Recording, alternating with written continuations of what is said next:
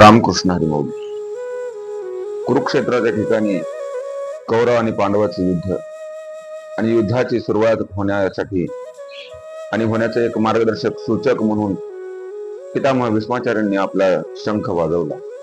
अनेक रणवाद्यांचा गजर कौरव सेनेकडून करण्यात आला.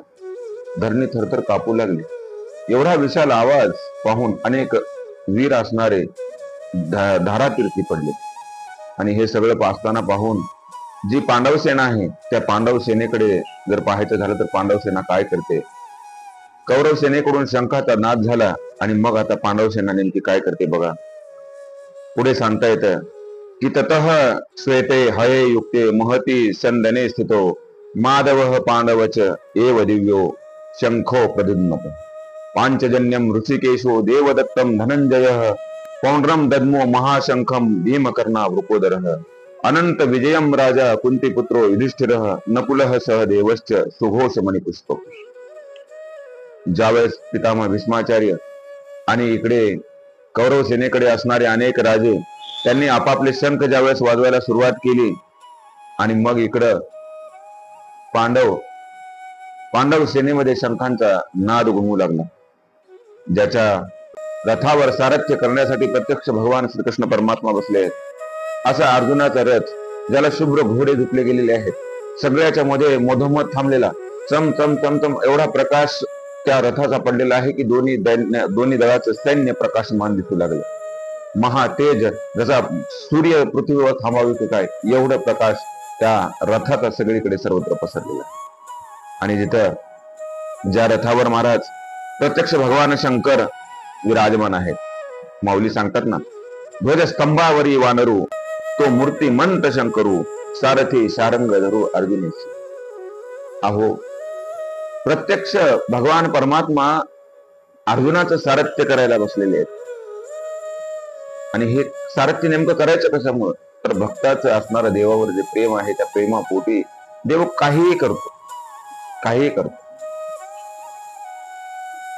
प्रेम हे एकच असा धागा आहे जो भगवंताला आपल्याशी जोडून ठेवतो. भगवंताचं नाही, आपलं नातं जोडण्याचं एकमेव माध्यम म्हणजे ते प्रेम आहे. आणि म्हणून हे प्रेम अर्जुनाच्या अंतकरणातलं भगवंतावर एवढं होतं की भगवंता स्वतः त्याच्या रथावर सारथ्य करण्यासाठी विराजमान झाले.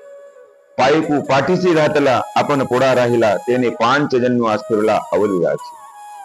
आणि ज्यावेळेस भीष्माचार्याकडून शंखाचा आवाज झाला आणि असा असणारा आपल्या भक्ताला पाठीशी घालणारा पाठीराखा असणारा भगवान श्रीकृष्ण परमात्मा आपल्या जवळचा पांचजन्य नावाचा जो शंख आहे तो पांचजन्य शंख आपल्या मुखाशी लावला आणि मुखाशी लावून त्याच्यामध्ये हुंकार मारली. काय आवाज झाला त्या ह्याचा शंखाचा. जसं सूर्योदय झाला म्हणजे बाकीचे सगळे नक्षत्र लपून जातात. अंधार असतं, रात्रीच्या वेळेला अंधार असतो, चंद्र असतं, चांदणं असतं, पण सूर्याचा पहिला किरण पृथ्वीवर पडला की बाकी हे सगळं जसं आपोआप लपलं जातं, झापलं जातं, तशा प्रकारचं पांचजन्य नावाचा शंख ज्यावेळेस भगवान कृष्ण परमात्म्याने फुंकला, त्याचा नाद ज्यावेळेस घुमू लागला त्यावेळेस कौरव सेनेकडून फुंकले गेलेले अनेक शंख असतील, रणवाद्य असतील, त्या सगळ्या रणवाद्याचा आवाज कुणीकडे नाही झाला, काहीच कळायला तयार नाही. एवढा महान आवाज, एवढा मोठा आवाज भगवंताच्या शंखाचा झाला. जशा प्रकारे एखादी पर्वतावर पर्वत आपटावा त्या पद्धतीने या ठिकाणी मोठा आवाज झाला.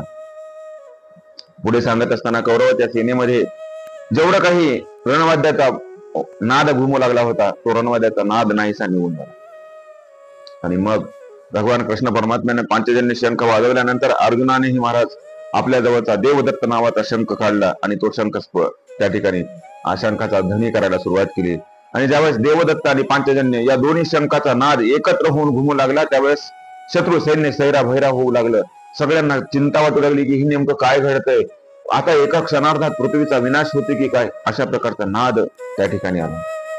आणि मग हे दोन्ही शंख ज्यावेळेस वाजले त्यावेळेस ब्रह्मांडाचे तुकडे होऊन पडते की काय, आता पृथ्वी त्याला राहील की नाही अशा प्रकारची अवस्था निर्माण झालेली असताना पुढे भीमसेन असणारा त्याला आवेग आला, तो आवेशामध्ये आला ज्यावेळेस शंखाचा ध्वनी आणि वीरांचं असतंच महाराज रक्त सळसळत.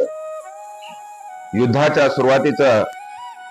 सुरुवातीचं जे वाद्य आहे, रणवाद्य, त्याचा ध्वनी ऐकून वीराला कोणत्याही महाराज त्या ठिकाणी उत्कर्ष चढतो. तशा प्रकारच्या उत्कर्षामध्ये भीम आहे आणि भीमानं आपला पौंड्रक नावाचा जो शंख होता आपल्याजवळ तो वाजवला. धर्मराजानं अनंत विजय नावाचा शंख त्याच्या जवळचा त्याने तो वाजवला. नकुलाने सुघोष नावाचा, सहदेवाने मणिपुष्पक नावाचा शंख वाजवला. आणि बाकीचे जेवढे काही या पांडव सेनेकडे राजे महाराजे जे होते त्या प्रत्येकाने आपापल्या जवळचा जो शंख आहे त्या शंखाचा नाद केला. आणि त्याच्यामध्ये दुसरे जर बघायचं झालं तर अनेक दुसरे जे कोण राजे होते आणि कोणी शंख वाजवला हे जर आपल्याला बघायचं झालं तर आपण थोड्या पुढच्या श्लोकामध्ये आपण ते पाहू शकतो. रामकृष्ण हरी.